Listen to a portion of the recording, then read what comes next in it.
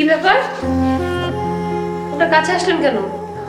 না না, ওই কাঁথা দিয়ে দিচ্ছিলাম। আমার চাদর লাগবে না। আপনি কি রাগ করেছেন? আপনি এখন এখান থেকে উঠেন, যান বলছি। ঠিক আছে, আমি না হয় আপনার সাথে বসবো না, তারপর আপনি রাগ করেন। আর একটু বালিশটা দিবেন, অনেক ক্লান্ত লাগছিল, শুয়ে পড়তাম।